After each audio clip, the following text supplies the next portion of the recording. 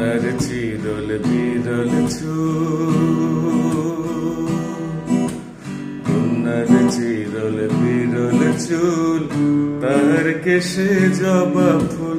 কন্যার চিরল বিরল চুল, তাহার কেশে জবা ফুল। সেই ফুল পানিতে ফেলা কন্যা করলো ভুল। কন্যা ভুল করিস না, কন্যা ভুল করিস না। আমি ভুল করা কন্যার লগে কথা বলবো না।